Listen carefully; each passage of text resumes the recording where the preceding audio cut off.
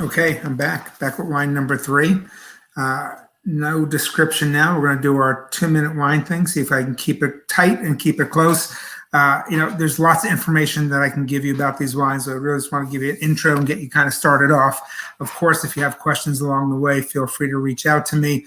We're going to do, and it'll be an email that goes out that lets you know that the wines are available, along with links to these videos. And that email will tell you when we're going to do our first members Zoom call. I have at least one special guest lined up already for that night, and we'll be able to just kind of talk wine. If you want to save your wines and taste them that night, you can do it. If you want to drink them in the meantime and talk about your impressions of them, we can do that too. So that's really up to you.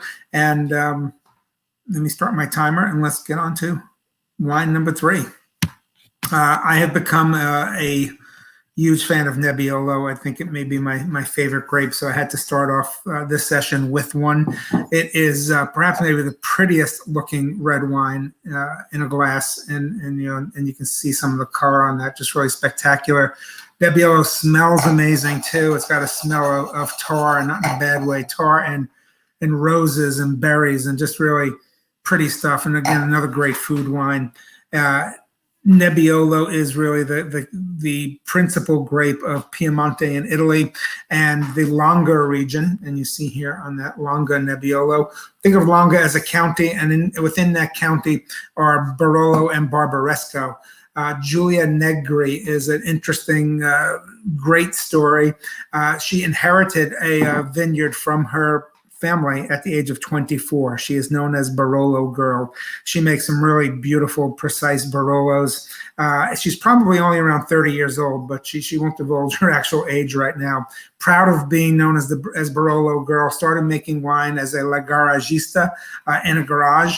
And became friends with some of the old timers and new timers, and decided she was going to go back to making classical, really lean style Nebbiolos.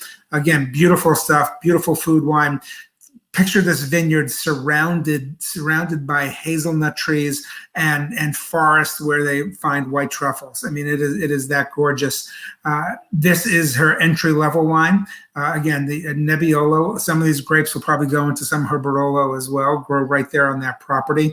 She is not just a rising star. She is actually a star now, and her wines just keep getting better and better every year. She's also imported by Kermit Lynch. And if you want to know anything about wine, Kermit Lynch is probably the premier person for low intervention, better made, better produced, small production wines over the past 30 years.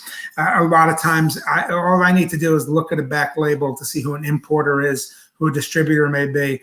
And any Kermit Lynch wines tend to have like really fabulous stories behind them, and also fabulous quality behind them as well. So 220 again. I'm gonna have to start doing these at 220. That's it. That's the 3 wines. I hope you really like them.